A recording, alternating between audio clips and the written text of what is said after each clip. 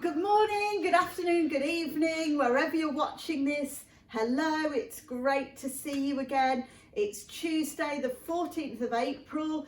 We've just had Easter weekend. Steve, do you want to come and join me? We just wanted to give you another update on things that are going on this week.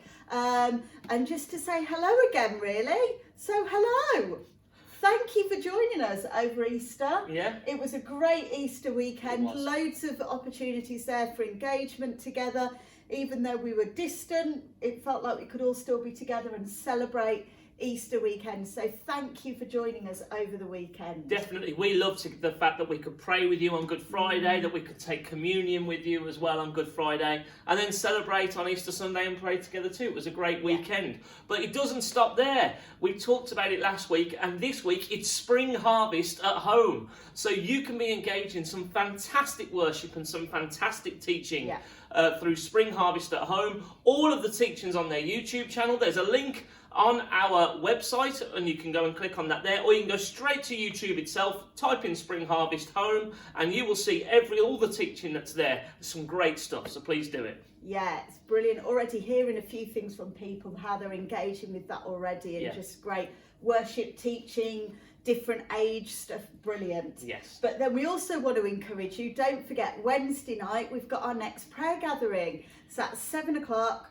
Wednesday evening, live on Facebook and YouTube. We'd love it for you to watch live, because then that means we can have all your prayers coming through. So really engage with that so we can be praying together. That is awesome, isn't it? That's right. We want to encourage as many of you as possible to keep tuning in live. Yes, you can tune in on the videos after the fact, but we try to keep that sense of community going, and there's such a great sense of community when we all engage in something together. So not only with the prayer meetings, but with our Sunday celebrations, we're going to be starting a new teaching series. We've just finished now Hope Prepared, and this Sunday we'll be starting a new series called Running After God. We may not be able to run as far as we want to outside, but we can always be running after him. So that's what this Sunday is going to be looking at. Please tune in and engage with us live. Great. And as we're talking about community, a couple of other community things we want to talk on. Don't forget, tomorrow, food bank, drop-off donations for food bank and vulnerable families that we're supporting, 9 till 12, because tomorrow's Wednesday. So that's when the front of church will be open for any donations. Thank you so much for continuing to give to that. It is really, really appreciated by so many people. But also when it comes to community, we've been really encouraged by some of the family involvement, engagement in what we're doing at the moment. And not just families, but everyone that's been sending us cards. Yes. Kids' artwork that's been coming through. We've got a load of cards that have been made by families that we're going to be sending off to Summerdyne Nursing Home for the residents and the people that work there, but also the family WhatsApp group we've got set up where people are just engaging with that, with different ways that as families you can connect in with something of God, of worship together, of different activities over this time of lockdown at home. So we just really want to encourage you with that, don't we? Yeah.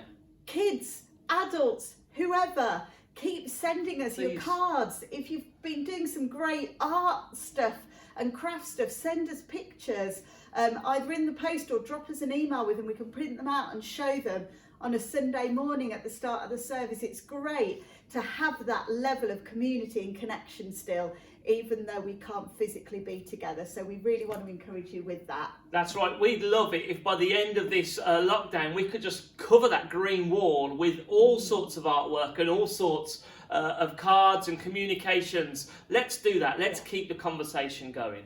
And just something encouraged to finish with. As you know, I'm reading. What am I reading? Mark. I'm reading Mark, yes. Mark 10. And on Mark 10, Jesus predicts his death a third time.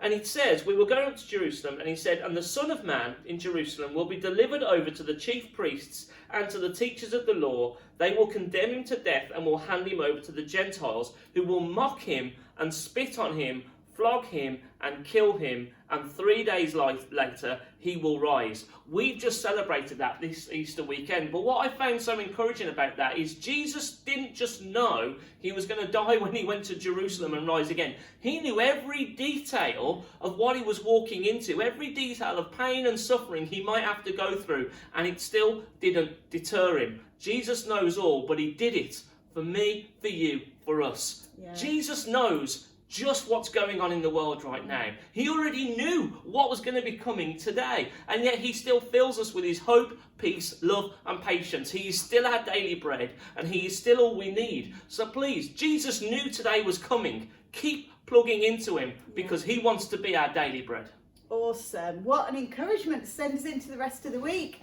So thanks for tuning in again to our update, and we will see you really soon. Stay safe, keep washing your hands, and we will see you really soon.